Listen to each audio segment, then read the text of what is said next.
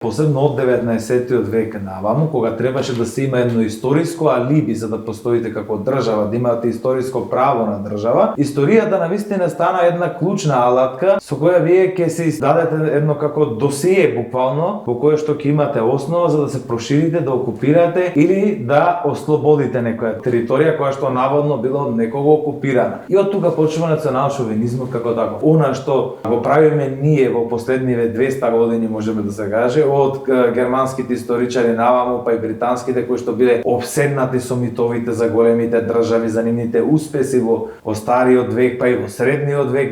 Значи тоа е една буквално митоманија која што се гради со една определена цел. Таа цел во тој момент е формирање на држави, добивање на територии, па дури и од таму потекнуваат и можеме да кажеме и расните предрасуди, затоа што ако едните овие што ја создале европската цивилизација не за џабе се вика само за Европа и европска цивилизација, сите останати цивилизации некако многу подоцна се влезени во тој корпус на цивилизации, сите останати се нецивилизирани. Штом сите останати се нецивилизирани, тогаш ние имаме право да одиме таму и да ги цивилизираме. И сега што се подразбира под тоа цивилизирање? Веројатно тоа цивилизирање беше Конго колонијално, кога кралот Леополд им отсекуваше раце на луѓето доколку не одработат определена норма во текот на денот.